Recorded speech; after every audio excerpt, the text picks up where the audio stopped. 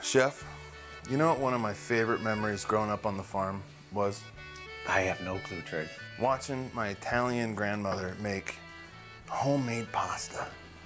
Well, that's good, because that's what we're going to make today.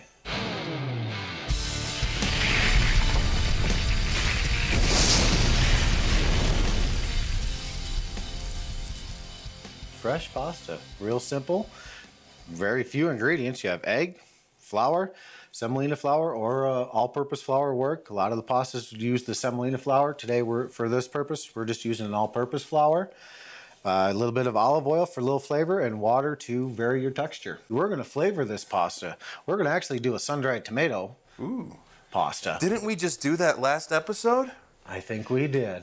Wow. But there's also other things you can do, like if you see up here, this is a little red pepper flour, and then there's some spinach flour. You can season your pasta any kind of way you want to. This will turn, obviously we're going to turn them red. The spinach will turn it green. The red pepper will turn it red. You'll have colored pastas. You can mix and match when you're rolling it out. You can have different colored pastas.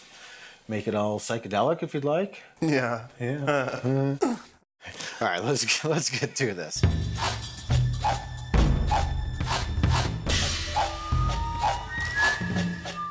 Actually, some of these ingredients, like the red pepper flour and the red pepper and the spinach, come from a local store that's called Extraordinary Ingredients. Really nice stuff. A lot of things that I use here in my kitchen, I get from there. Is that local Manitou? It's actually Colorado Springs. So what we've got here, we've got our flour. We're going to put our eggs in. Some people, if you got a mixer, do it with the mixer. Make it easier on yourself. To make pasta by hand. Yeah, Grandma had big forearms. Oh, I bet she did. Hairy. Yeah. So basically what I got is my flour, my eggs. I'm going to put a pinch of salt in there, and then I will vary it with my oil and my water. And obviously, seeing as how we're going to use that sun-dried tomato, you have a towel over there, Trig? Yes, Chef. I got one. No, Chef. We're going to back off a little bit on the oil and the water. So. Oh, because there's already a lot of oil in our pesto. Oil in there. The flavor's already in there. So we're just going to slowly have my dough hook in there. It's going to take a few minutes. Let it incorporate on its own.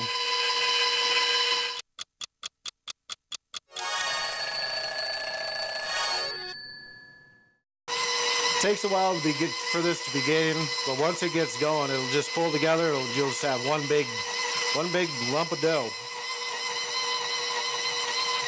You could also use I wouldn't use your whip on your mixer, but if you have a paddle, you could use the paddle, but preferably the dough hook's the way to go.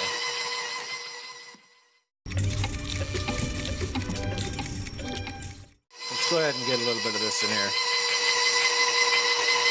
So we're putting the pesto in the noodles? Yeah, sure. Like if we were going to use the red pepper, you would add it in right now too, because you want to incorporate that into your pasta. Instead of just as a sauce afterwards? Sure.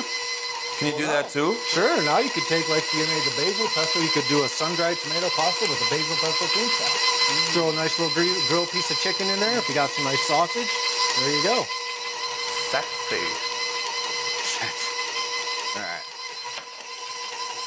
We're going to need to...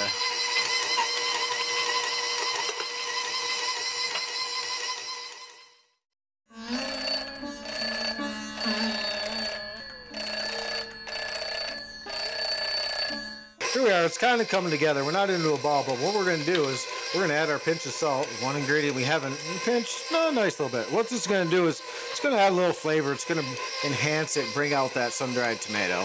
That's why old people always want salt. Yes. All right, so what we're going to do is we're going to move these out. Hey, I'm a salt fan myself. Nothing better than salt. What we're going to do is we're going to keep some flour up here, because what you want to do is we're going to knead this from where we're at right now. We're going to turn this off. We're going to remove our dough hook here, set that off to the side. And now... So this is mixed for pasta? Yeah. So what we're going to do is we're going to get in there, and you are going to knead it the rest of the way. Okay. So we're going to put that out there. Set this off to the side. There you go. Yep. Fold it over a few times. You can see how it's nice and oily right there. It will pull together.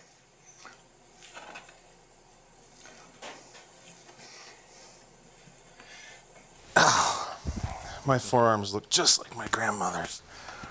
Working that pasta with love.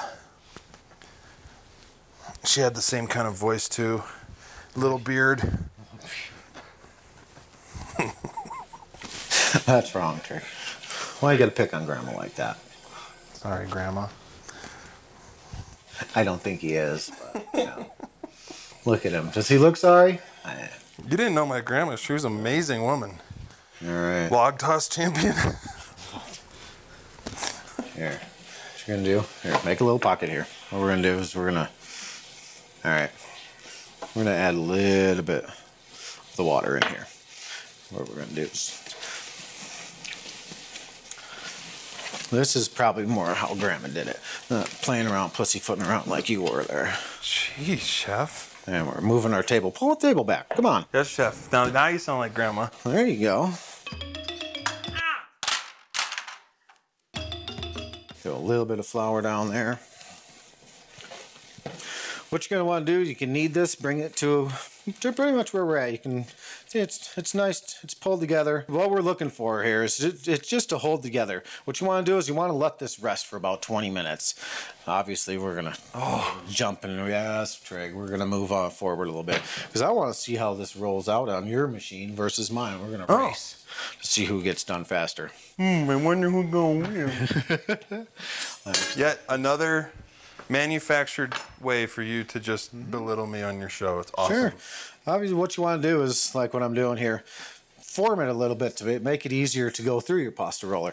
You can flatten it out a little bit. If you have a rolling pin, go ahead and rolling pin it. Okay. Or you can just always start on your thickest, which should be on this one. We're going to crank it way up to 7. Okay. It's going to take a few times of going through. Oh, this is a multiple feed process. Yes. Now we're getting a little better.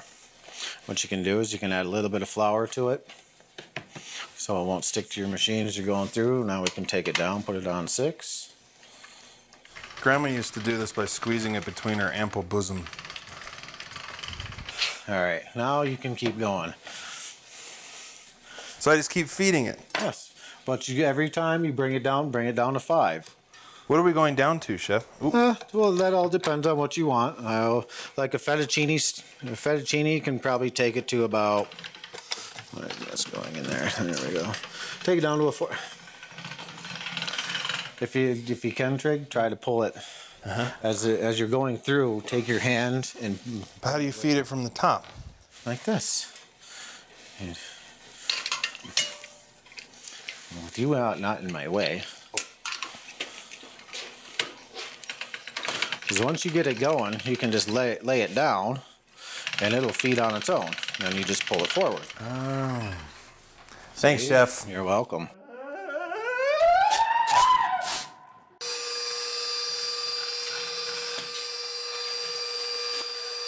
Is that thin enough? I'm at 3. That'll work. See, obviously with the machine, it goes a little faster. And now once you start getting way out there, you have to put it on my knife. You just put it on your knife. All right. You just threw mine away. To move this along, you're going to take this little piece here. Okay. You're going to put a little bit of flour on there. Yeah. Both sides. Was I supposed to be flouring it during the... Well, I said that to you, but you didn't want to. So what you're going to do is you're going to put this up here. What I want you to do is grab the other side when the pasta comes through so it doesn't fall on the floor. Right. Oh. There we go. I thought we were doing spaghetti. No, we did fettuccine. We went to fettuccine. So there's a nice fettuccine. Ooh. What you could also do is, I've got a nice roller. If you wanted to put a little... Ooh, that smells good enough to eat. You could roll it out. You could have like big egg noodles. Nice. Could I eat this right now and not get sick? If you wanted to, but I mean, I wouldn't suggest it because you do have the raw egg in there. Pasta is really nice. It's a simple thing, and you will notice a difference in your fresh pasta versus the pasta you buy at the store. Absolutely. But this isn't hard, so you cook it just like regular pasta? Sure. Well, what you're going to want to do is like if you lay it out, because the last thing you want to do is to bunch it all up. It's fresh pasta. It'll all clump back together. So when you roll it through, have a sheet pan out, a cookie sheet, lay the pasta back out on that. And when it comes to cooking, nice salted water, nice boiling salted water. The fresh pasta will cook a little faster because it's already hydrated. It's already got some moisture to it. Basically, with the dried pasta, you got to rehydrate the whole thing. So this should, in Colorado, Manitou Springs, it's probably going to take about 8 minutes. Normally, like if you're cooking a fettuccine up here, it's probably going to take a good 10 minutes to boil. Wow, what a time saver! 3.5 hours to make. It is to cook, but the flavor, the whole thing of making it yourself, you put yourself into it, Trey. Well, all hyperbole aside, I mean, just the smell of this. Yeah. If you could only smell this. And you can eat it. I eat raw pasta. It's just raw eggs. Lots of people have this thing, salmonella. You're not going to get sick eating this little bit, so I'll try some. It's delicious. Can't take him anywhere. Sorry, Grandma. Well, thanks again, Chef. This actually really was a learning experience for me, and you made me fondly remember my grandmother. Thank you for giving me that moment. And if you guys want to see more about this recipe, visit our website at thecliffhouse.com, and make sure you visit our YouTube channel and share this pasta with your friends, and you'll be sharing my Nana too. You okay? I am. All right. You like my choked up voice? I didn't know what to do there for a minute. I was like, really?